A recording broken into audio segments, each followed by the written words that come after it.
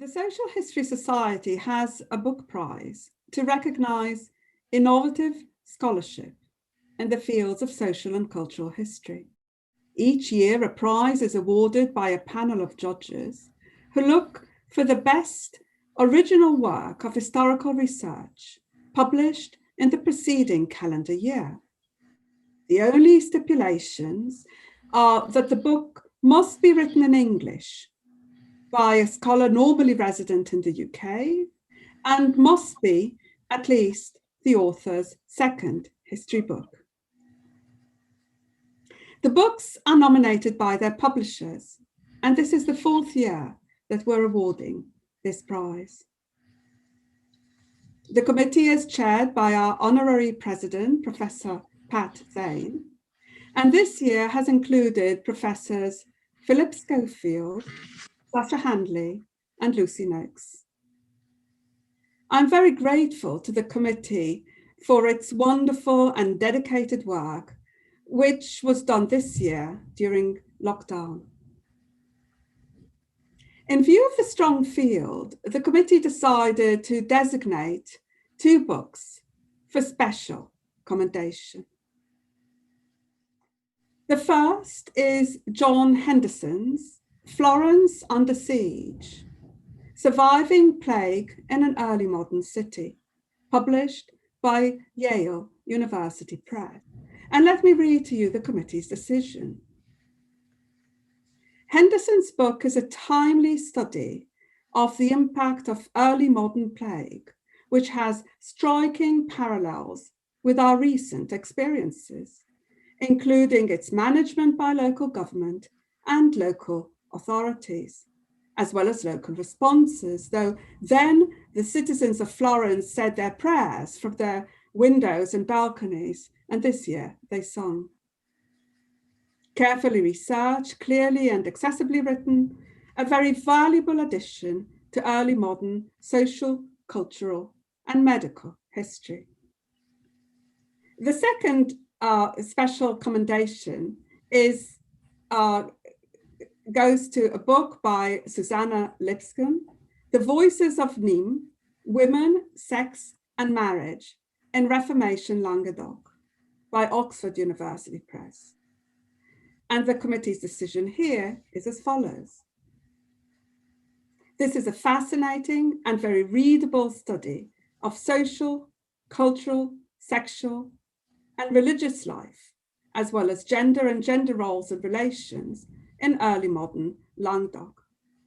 Lipscomb successfully recovers the voices of ordinary women through her analysis of 1,200 court records, recreating their life experiences, including their experiences of sexual violence and adultery, and also happier times in their married life. So many congratulations to John and to Susanna for these books. It is a wonderful achievement. The prize-winning book this year has been nominated by Manchester University Press. This is Lucy Bland's Britain's Brown Babies, the stories of children born to Black GIs and white women in the Second World War. The committee was unanimous in its decision. It commented on the book's originality, the meticulously researched source base, and moving account. And let me read the committee's decision. During the Second World War, many white British women who formed relationships with Black American GIs experienced moral condemnation and stigma, especially if the outcome was the birth of a child. In 1945, the League of Coloured Peoples claimed to know at least 554 such children. But there has been no study of their subsequent lives or those of their parents before this highly original book by Lucy Bland. This meticulously researched study is based on interviews with 45 brown babies who grew up in Britain, along with memoirs, archival evidence, and imaginative, carefully reconstructed historical contextualization. Brown Babies is especially revealing in exploring race relations and gender norms in wartime and post-war Britain, and their diverse and often complex manifestations. As the narratives reveal, parents who would have liked to marry were all too often held back by hostility in Britain and in Black and white communities in the United States. Some unmarried mothers who conventionally were pressured to have their babies adopted refused. Fathers were forbidden by British law to take British-born children abroad for adoption by their families.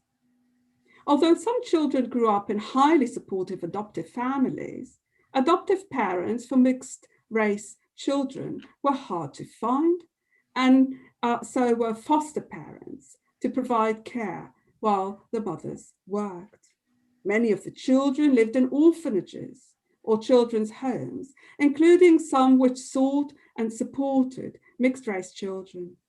Some children experienced intense racism, others open-minded support. This vivid, readable, and very moving book draws together the personal voice with broad historical concerns.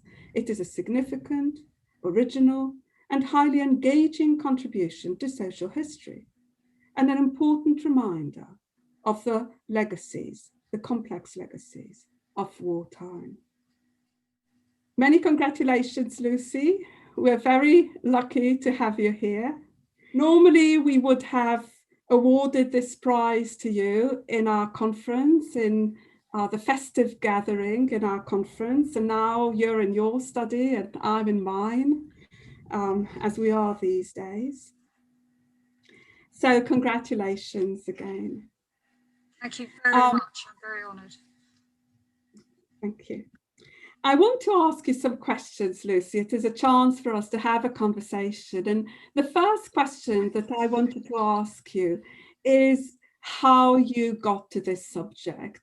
Much of your career was dedicated to the study of issues connected with women's history and the history of sexuality in 19th and 20th century Britain. So what is it that brought you to this research? How did you encounter the subject, and how did it grow to become the subject of this fascinating book? Thank you. Yes. Well, back in 2005, I did actually write an article for Gender and History about miscegenation fears about relations between people of colour and white British women. And that really came out of the fact that one of the cases I've been looking at for the 1920s, although the book of that didn't actually get published at 2013, but I had written about it earlier, a case in the early 20s of a French white woman married to an Egyptian, and she shoots him dead in the Savoy Hotel. And there was this whole concern about interracial relations. And I thought this was so interesting. And in fact, my father was in an interracial relationship, my stepmother from Guyana. And so I was interested in these issues anyway. And then I wrote this article in 2005 about that. And then 2011, I was asked to take part in the first of a three-part series, a television programme for the BBC called Mix Britannia, which is a whole history of mixed-race people in Britain through the 20th century. And I was involved in the first one, which just took you up to the Second World War, because I'd done a bit of work by that time on mixed-race relations. But the second one opens with the person who presented the programme, George Alagaya, going off to meet his brother-in-law, who married to his sister, who was one of these mixed-race GI babies, who'd been put in a home, who'd been born in the war, put in a home. And later in the programme, there was another man also being put in a home with a black GI father. So I thought this is so interesting. I must see what's been done on this. But at the time I was finishing this book on the 1920s. So I went back 2 years later in 2013, and I thought I would just be writing an article or just see, you know, what's been done. And if other people are doing it, I would leave it alone. And I found that very little had been written. And then I thought it would be great to actually be able to talk to these people. And although the League of Colour Peoples had estimated about, you know, 500 and something, that was the tip of the iceberg, because they were just talking about children that had been put in, you know, homes or whatever, or that the social services had come to the notice of social services. And I mean, it became clear that at least 2,000, I think there were possibly more, of these children. And I thought it'd be really good to hear their stories. So I then started advertising, and I approached something called GI Trace, which is an online group that helps people trace their American relatives, you know, if they've got a GI in the family. GI simply means American servicemen, incidentally. And I also, so one or two people came forward and it started to snowball. I was on a lot of radio, local radio, but then I was on Woman's Hour, and that has this enormous audience, and more people came forward. So I did, you know, it was great. People who wanted to tell their stories. And I think a lot of people often hadn't even told their children or their husbands or wives about their childhoods. And then things came up. It was cathartic. It could be quite difficult for them. But I mean, here I was, a very sympathetic stranger coming along who wanted to hear what they got to say.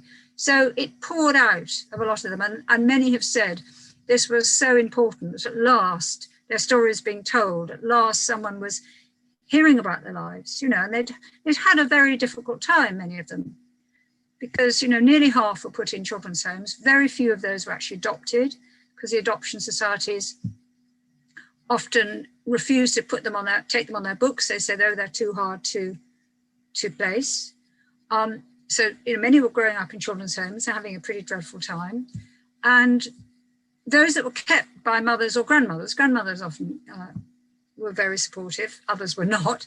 Some of them had, you know, very pretty and happy childhood, but if they went outside that small protective community, then they came up against a lot of racism, and they were growing up in very white areas.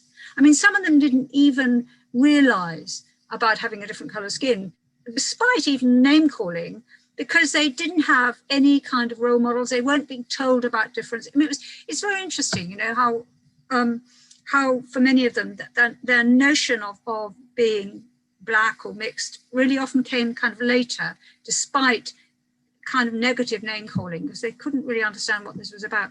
But they were growing up in very white areas often, because the GIs were stationed around the countryside, often, you know, away from towns, and there were no role models for these children. So they, you know, suffered racism, they suffered a sense of not really having a sense of belonging, I think. And many of them didn't know who their fathers were. And even, I mean, in the children's homes, the children's homes used to lie and say, your mother didn't want you and your father's dead. That was a kind of classic thing, appalling. And the mothers and grandmothers often used to lie as well. Some of them said, oh, your father died in the war. Or, oh, I can't remember his name. I think because they weren't able to marry, because all GIs had to get permission to marry from their commanding officers, and who were white, and invariably they refused to let the Black GIs marry. And the rationale, if pressed, was that back in the States, there were then 48 states, of those 30 had laws, anti-miscegenation laws, that forbade marriage between whites and blacks. They said, well, you know, back in the States, you wouldn't be allowed to marry anyway. So I think a lot of these women, some of them kept writing. I mean, the GIs were forced to leave. They didn't have any choice about staying, and they did carry on writing. But, you know, some of these mothers and fathers were married already, you know, which just complicates the whole thing, of course. And some would write for a bit and possibly send presents. But I think the women realized they had to move on. So often, you know, some told the child what the name was. Others would never tell the name, which was, you know, just terrible. So they had no idea. And some of them didn't really even know they had an American father till they were teens, and someone would say, oh, you're a Yanks child, go back to where, you know, you don't belong here. Those kind of comments. Anyway, I've gone on. Well, this is absolutely fascinating, and I want to ask you really to speak about hearing these people and all the stories that poured out. And it is the hearing that draws me to this next question that I want to raise, which is about oral history. You use oral history methods, and this is a wonderful work of oral history, which, of course, several of our members practice. It's a methodology that attracts others as well.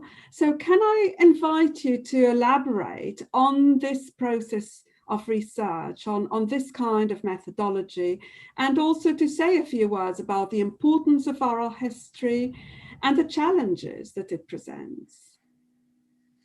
Yes, no, it's interesting because the research I'd done up until this book had been on dead people, conveniently. And so, they couldn't answer back. And I was dealing with living subjects, which is both wonderful, but it has difficulties as well. So I realized that I must do this oral history. It's absolutely essential. And I think, it is so important because what they said to me is that no one had listened to them. They hadn't been able to speak. No one knew their story. So it was a brilliant way to give a voice to people who just hadn't been heard. So I think oral history does that. That's the real importance. And you can't get at those narratives often without those oral history, because many of these people won't have written. Some have written things, but many of them haven't written about their experiences. And how else do you get at that? I think some historians are quite sniffy about oral history. They said, oh, well, memories are so unreliable and, you're going to have very contradictory messages. Well, yes, we know that. But of course, in fact, any historical artifact, anything you read, newspaper accounts, memoirs, they've all got their own particular problems because, memoirs are written often years later. It'll be a very particular kind of memory and a selective memory, and other people might feel this is totally wrong. Newspaper accounts, reports are written from particular kind of positions. So everything has to be looked at very carefully. And I think that oral history is absolutely so important. But I think if you use oral history alongside other materials, so reports, for instance, those who went to children's homes, a lot of them had managed to get reports from those children's homes about them, and I mean with great difficulty, because children's homes until really the end of last century wouldn't give reports. They just, the law changed and they had to reveal things. And what's interesting is that many of these homes kept absolutely meticulous reports every day about them, and they make kind of quite difficult reading, especially when describing a child, and under the label handicap, they put half caste. So half caste is constructed as a handicap. So, they're kind of shocking, but some of the things that came up in reading, because they let me read these reports, were things that did sort of rather contradict some of their memories. And you then think about, well, you want to understand why they remembered in a certain way, or misremembered, or selectively remembered. So you alongside that, and there are all sorts of newspapers and council reports. There's all sorts of things you can use alongside oral history. So you don't take it as an absolute truth. I mean, it can be psychic truth. People have a certain way of thinking about their lives, of course, because we all narrativize our past, don't we?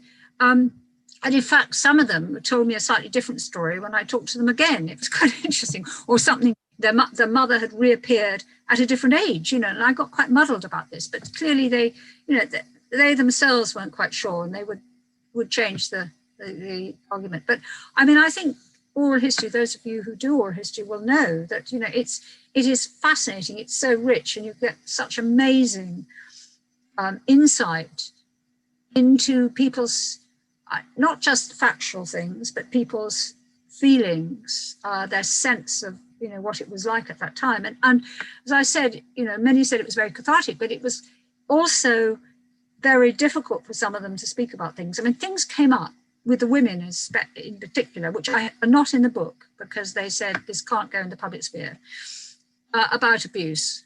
So abuse by stepfathers or adoptive fathers or foster fathers or children's homes. And they would say, I've never told anyone this. I've not told my husband, I've not told my children, I've not told anybody this. And although they found it very upsetting to speak of it, they also said, I'm so glad I managed to say this, but they don't want that reproduced. I mean, so there was one who, well, anyway, she didn't want to, because there were implications for other people in her family, you know, in relation to the stepfather and her half sisters, you know, so there's all sorts of reasons why people don't want that out in the public sphere, which is absolutely fine. All I'm saying is the oral history is both fascinating for the interviewer, but can be, hopefully, empowering for the interviewee. And I say can be, I mean, I think it's very important, I felt it was very important, that all my participants would read everything I wrote about them and veto anything or add anything so that they felt happy with it. And some of them did want things removed. Yeah.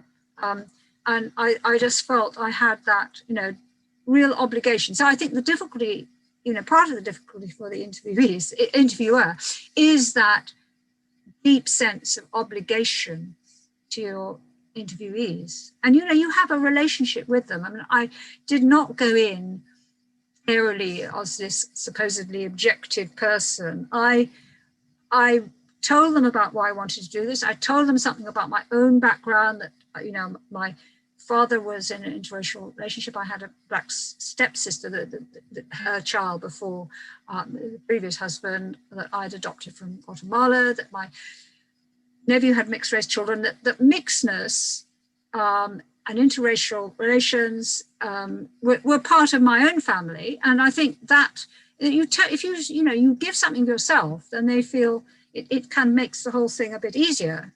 Because, you know, the fact I'm a white woman talking to people of colour is a fact, and I'm a middle-class woman is another factor. So there are those barriers, but I think it's really important to build up some kind of relationship with them. Otherwise, why would they, you know, really want to talk to you and whatever? And obviously that relationship's going to vary between different interviewers and interviewees, and they'll probably say quite different things to another interviewer. I don't know, but you know, it's a difficult area, but it's so rich and potentially amazing.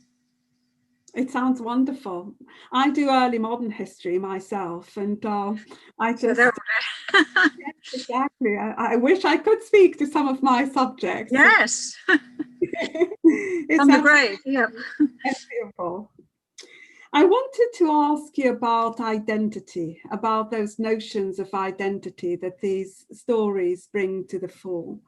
And they concern questions about Britishness and about not only personal identity, but also communal and national identity. So I wonder if you'd like to elaborate a bit on that. And in what ways does the history of these children of mixed parentage, white women and fathers of African-American descent, in what ways does it throw light on conceptions of race and racialization and their history? Okay, well, there's a lot there in your question.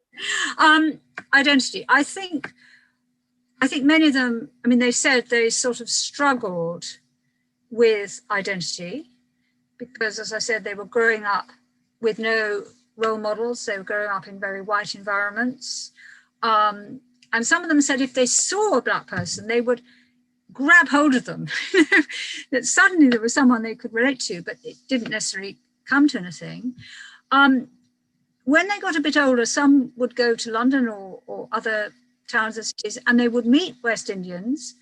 And it did mean that, you know, for some of them, this felt a connection, but for many said, but actually they got rejected all over again because they weren't West Indian. They often weren't seen as black enough. They talked about this. So they felt that kind of marginalization, both from white society and from this incoming African Caribbean society. So, you know, that sense of belonging, or rather not having a sense of belonging, I think was quite powerful for them. And it's taken many of them a long time to really feel comfortable in their own skin. This is how they would put it, and how they define themselves. And that's quite interesting, because some,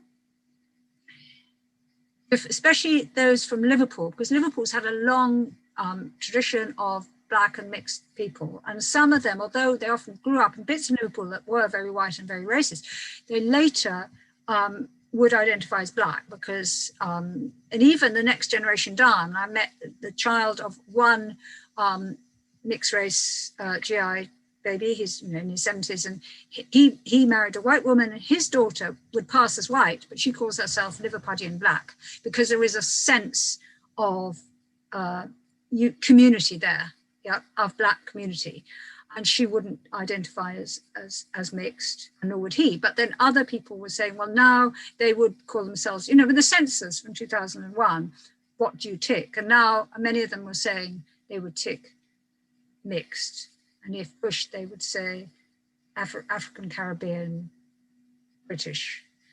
There isn't a category for that there. That's the thing, and they have to, put it in the other box. But I think it's been quite a process for many of them. I think it's been possibly easier for those who lived in communities like Liverpool, because there is that community. Others have felt, some have tried to sort of almost deny. One or two who are quite pale have tried to pass, but they haven't really been able to pass. But it's been very difficult. And you said, what light does it throw? Well, it's interesting looking at that period, and indeed the 50s, because I also interviewed some people who were born to black GIs in the 50s, and I initially wasn't going to interview them, but they came forward, they approached me and said, I had a black GI father, I'd really like to talk to you. And I said, well, I'm actually looking at those that were born in the war. But then I thought, well, why not talk to them as well? Because we could see if things had changed, if things had got easier. And in fact, they hadn't. They were subjected to possibly even more racism, again, they were illegitimate, as it happened. Needn't have been, because after the army was desegregated in 1948, but actually it wasn't really fully desegregated, because when they went to the Korean War, for instance, the Korean War, they were still segregated. But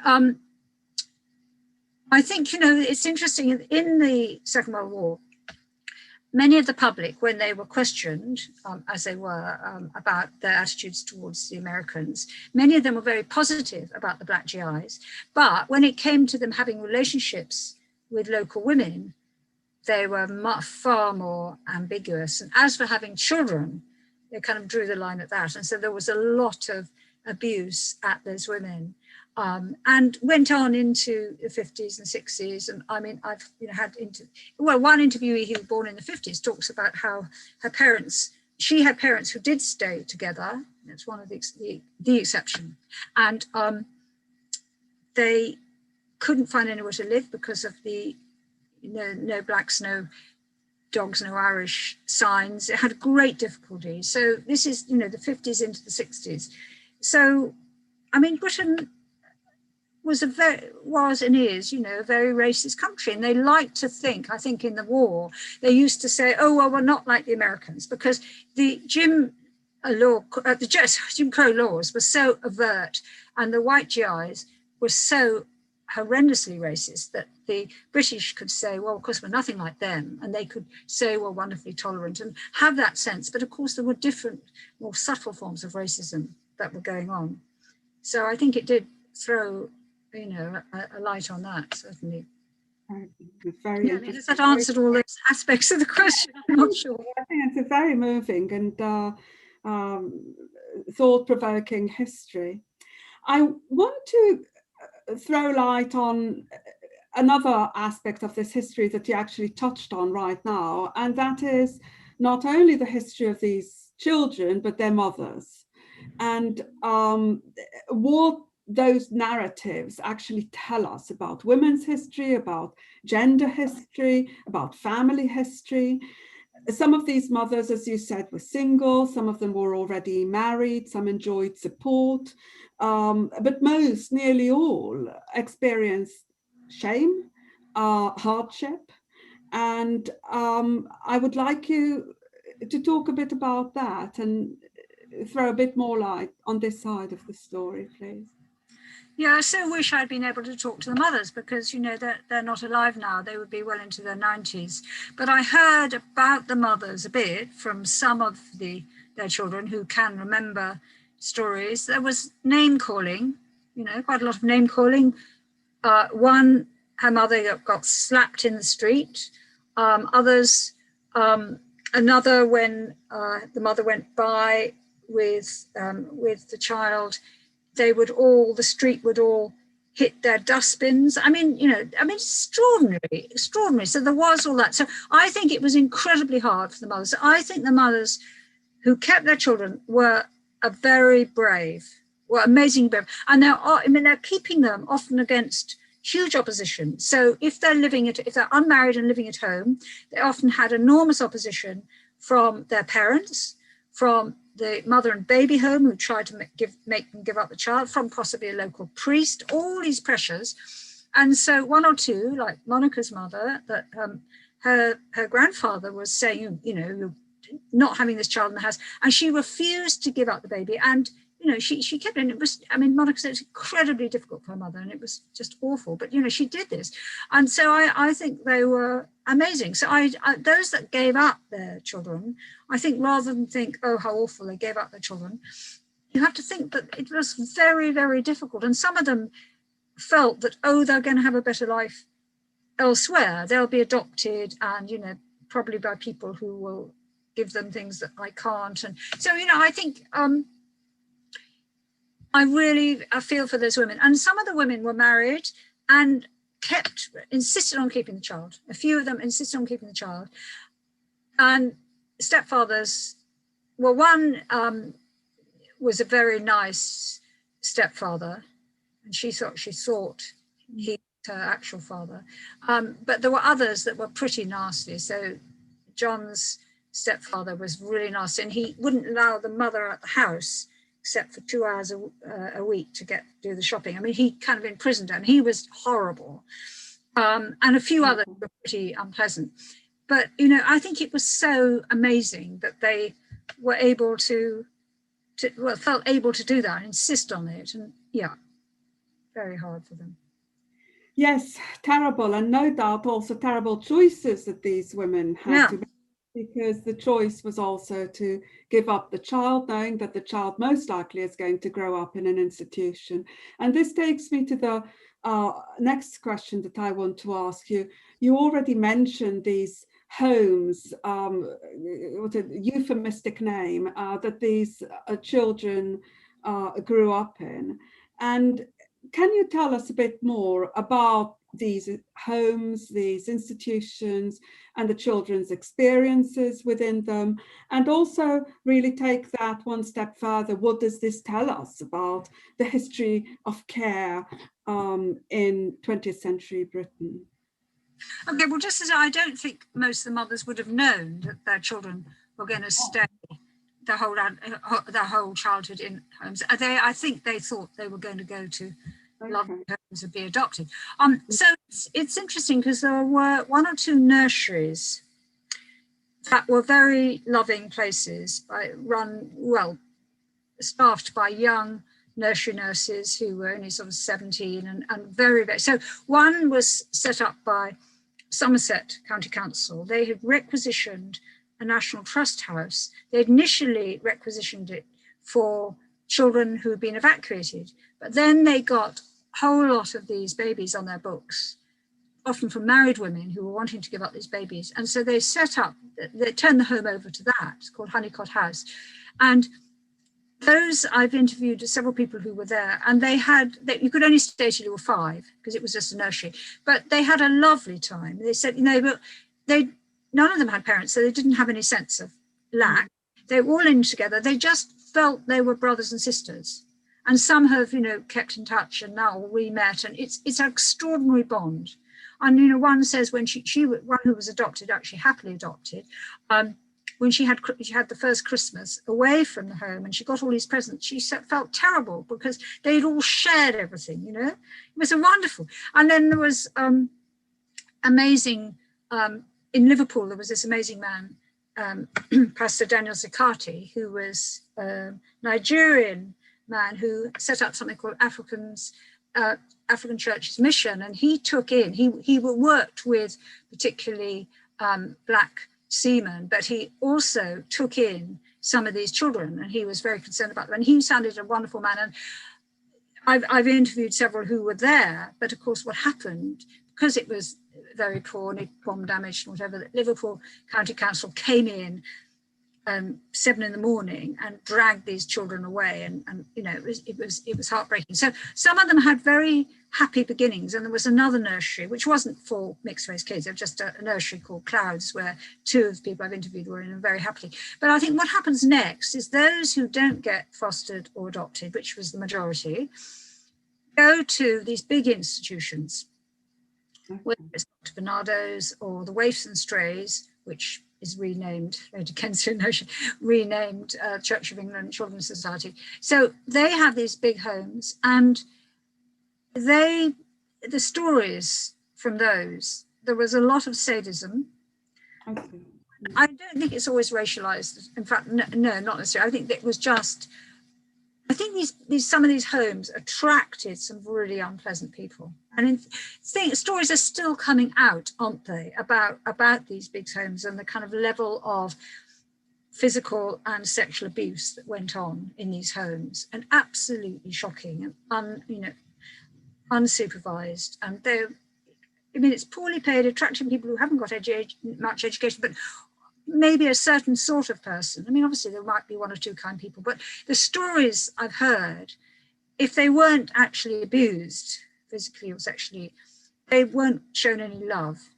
Yeah. So, and I think what it did for 1 or 2 of the people I've talked to is that it had affected their ability to have families subsequently.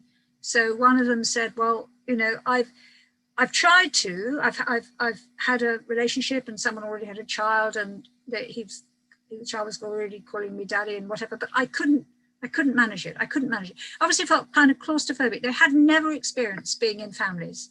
And, you know, that lack is really blighted. And it's not true of all of them. But I think these places were terrible. And it's up until relatively recently. I mean, things, you know, are changed. Now, you don't have these big homes anymore, of course. You have little homes, small homes, hopefully are a lot better. And I don't really know about them. I think the other problem is what happens when they leave these places, because what they said, they felt they were just dumped because they hadn't been taught how to survive in the rest of the world, you know, and they were just sort of left. I think the aftercare was terrible. So they didn't have much care in the first place, and then they didn't have any kind of help about how to live in the world. So yeah, I mean, I hope it's a lot better. I don't know enough about it now, but I do know reports are still coming out about, you know, these homes, relatively recent ones. Yeah, that's right.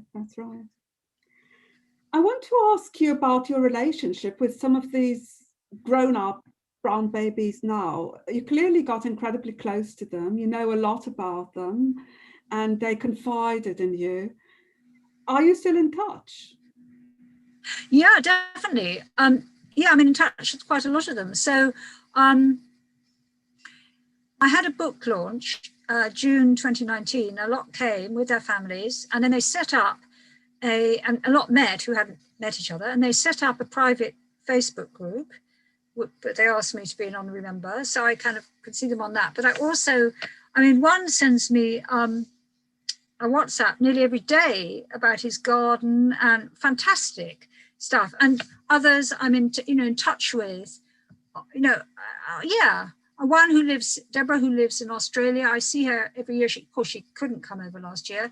I see them and I'm in touch with them regularly. So I think I'm in touch with quite a few of them. And yeah, they are, I mean, whether they would think of me as their friend, I'm not sure, but some might. And I mean, there's some absolutely lovely people. I mean, some I don't really know, but, you know, quite a few I have got to know quite well. Yes.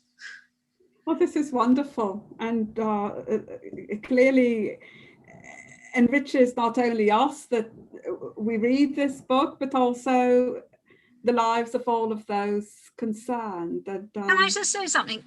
I mean, the thing is, it's carrying on because last year I set up a physical exhibition, sort of with 7 pull-up banners, 6 banners, which went. It was in London, the Black Cultural Archives, and another library. Then it went to Manchester, and then we had lockdown. And then I got to know someone called Shamin Caballero, who runs something called the Mixed Museum, which is about mixed race people in Britain.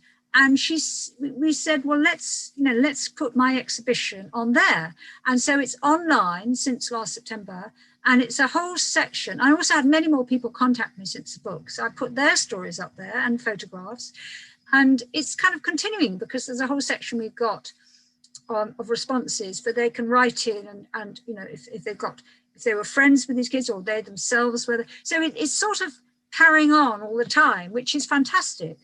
So the kind of interrelations are, So the sort of hasn't finished. Yes, it's wonderful. So social history has moved into social relations in present sense of the word. What next, Lucy? What are you planning next? What will your next project be about? Well, I've got several projects on the go.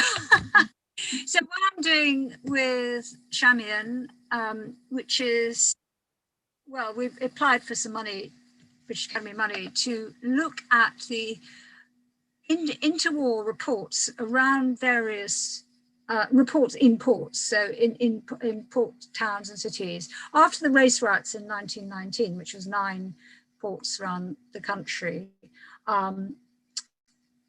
there were various reports written, but also county council records that haven't really been looked at, concern about interracial relations and so-called half-caste children. And we just want to go into more detail because there's a kind of moral panic about it. And we really want to look at that in more detail. So that's one. And then I'm also working with a group called Euromix. So I was approached, which is people across Europe, but there's also some people in the States, looking at different aspects of mixedness.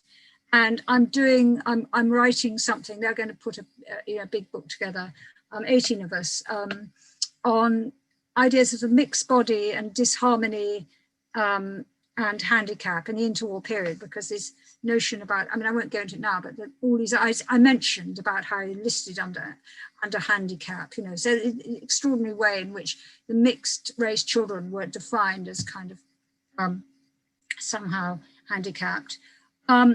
And for someone else, I will be doing something on British feminism, sexual politics in the 1980s. So that's a bit different. And I still have in the back burner an idea of doing a book about canine human relations, a cultural history, which is something very different because I'm a big dog lover. So I've got all these things up in the air. Good luck, Lucy, and congratulations once again. It's wonderful to have this conversation with you, and I wish you all the very best for the future.